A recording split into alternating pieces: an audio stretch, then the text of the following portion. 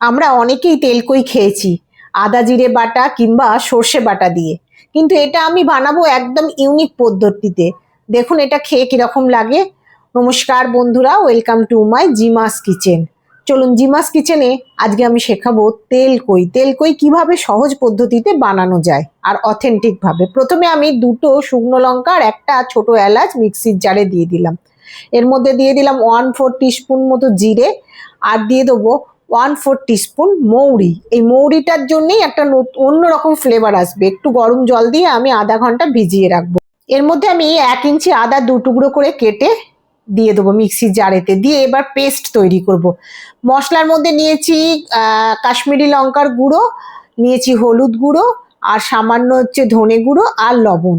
আর কিচ্ছু লাগবে না। একটা মিডিয়াম সাইজের পেঁয়াজ নিয়েছি, পেঁয়াজটা মিক্সির জারে দিয়ে ভালো করে পেস্ট তৈরি করে নেবো। দেখুন পেঁয়াজটা পেস্ট করে নিয়েছি। এখানে আমি বড় সাইজের 3টে কই মাছ নিয়েছি, নিয়ে একে ভালো করে ধুয়ে নিয়েছি। এবার হলুদ নুন আর সামান্য একটু তেল দিয়ে মাখিয়ে রাখবো। আধা ঘন্টা মতো মাখিয়ে রেখে দেবো।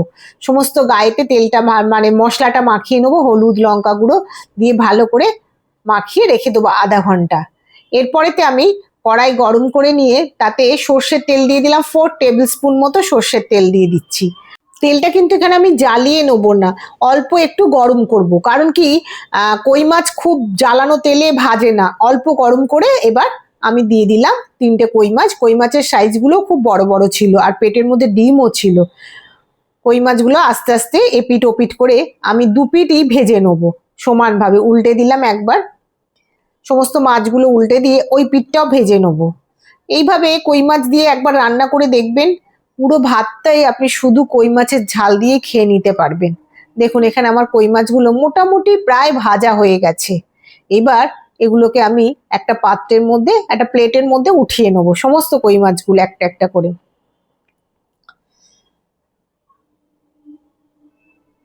আর ঘরে থাকা উপকরণ দিয়ে এটা বানানো যায়, বেশি কিছু লাগে না। এর মধ্যে খালি জাস্ট মৌরিটা দিলে এর একটা আলাদা স্বাদ আসে। এবার এর মধ্যে আমি দিয়ে দেবো সামান্য কালো জিরে। এর মধ্যে আমি দিয়ে দেবো, দেখুন কালো জিরে দিয়ে দিচ্ছি, আর একটা সুন্দর স্মেল আসবে। কালো জিরেটা দিয়ে একটু ভালো করে নাড়াচাড়া করে নেবো আমি। এটা সত্যিই খুব ভালো খেতে। প্রথমে ভেবেছিলাম কিরকম হবে। এর মধ্যে আমি দিয়ে দিলাম পেঁয়াজ বাটাটা। এবার এটা কিছুক্ষণ ভালো করে ভাজতে হবে। কিছুক্ষণ ভাজার পরেতেই আমি এর মধ্যে দিয়ে দেবো কাঁচা লঙ্কা। কাঁচা লঙ্কাটা এই ভাজার সময় যদি দিয়ে দেন না, এর একটা ফ্লেভার, আলাদাই ফ্লেভার হয় আর সুন্দর লাগে, একটা সুন্দর গন্ধ ছাড়ে। এরপর পেঁয়াজটা কষাতে কষাতে দেখবেন 60% মতো কুক হয়ে গেছে। তখন আমি সমস্ত গুঁড়ো মশলাগুলো এর মধ্যে দিয়ে দিয়েছি। আমি ডেসক্রিপশন বক্সে মেনশন করে দেবো কি কি গুঁড়ো মশলা দিয়েছি এতে। এবার গুঁড়ো মশলা দিয়ে ভালো করে আমি কষাতে থাকবো। এর মধ্যে মশলাটা কষাতে কষাতে এর মধ্যে আমি অল্প একটু জল দিয়ে দিয়েছি। জল দিয়ে খুব ভালো করে কষাবো যতক্ষণ না দেখবেন আপনি তেল ছাড়ছে সাইড থেকে। আস্তে আস্তে দেখবেন সাইড থেকে তেল ছেড়ে দিচ্ছে, তার মানেই জানবেন মোটামুটি মশলাটা আমাদের কষানো হয়ে গেছে। দেখতে পাচ্ছেন কি সুন্দর তেল ছেড়েছে। এবার বেটে রাখা মশলাটা আমি এর মধ্যে দিয়ে দেবো, দিয়ে এটাকেও ভালো করে কষতে থাকবো। এটা কষাতে কষাতে এর মধ্যে আমরা সচরাচর টমেটো পেস্ট দিতে থাকি, কিন্তু যেহেতু এই টমেটো পেস্ট দিলে অনেকক্ষণ ধরে কষাতে হয়, একটা গন্ধ ছাড়ে, সেই জন্য আমি এখানেতে ডাইস করে কেটে রাখা টমেটোগুলো দিয়ে দিলাম। টমেটোগুলো দিয়ে এর মধ্যে আমি স্বাদ মতো লবণটা দিয়ে দিলাম, কারণ টমেটোটা দিলে তাড়াতাড়ি নুনের সাথে মিক্সড হয়ে টমেটোটা গলতে সাহায্য করবে। দেখুন এবার এটারও সাইড দিয়ে কি সুন্দর তেল ছাড়ছে। মোটামুটি আমার হয়েই এসছে কষানো। এর মধ্যে আমি চিনি দিয়ে দিলাম, টমেটো যেহেতু দিয়েছি একটু ব্যালেন্স করার জন্যে এর মধ্যে আমি একটু চিনি দিয়ে দিলাম। চিনি দিয়ে আরও বেশ কিছুক্ষণ ধরে আমি কষাবো। আমি এর মধ্যে একটু চিনি দিয়েছি, আপনারা চাইলে চিনি নাও দিতে পারেন। দেখুন মাত্র 3 থেকে 4 মিনিট আমি কষাতেই এর সাইড থেকে তেল ছাড়ছে। তেল ছাড়তে ছাড়তে মশলাটা আমার ভাজা হয়ে গেছে। এবার আমি এর মধ্যে জল দিয়ে দিলাম। জল কিন্তু বেশি দেওয়া যাবে না, তেল কইয়ে পাতলা হয় না, একটু গ্রেভি গ্রেভি থাকবে। খুব ভালো করে আমি এটা জলের সঙ্গে মিশিয়ে টমেটোগুলো হাত চেপে চেপে নেড়ে দিলাম। টমেটোগুলো আমার কুক হয়ে গেছে। আর একটু জল দিয়ে দিলাম আমি এর মধ্যে, এটা ফুটতে থাকবে। দেখুন এটা ফুটতে আরম্ভ করে দিয়েছি। এবার কই মাছগুলো আমি একটা একটা করে সাজিয়ে দেবো। সাজিয়ে দিয়ে কই মাছগুলো একটু এপিট ওপিট করে উল্টে পাল্টে নেবো, যাতে 2 পিঠই আমার গ্রেভিটা লেগে যায়।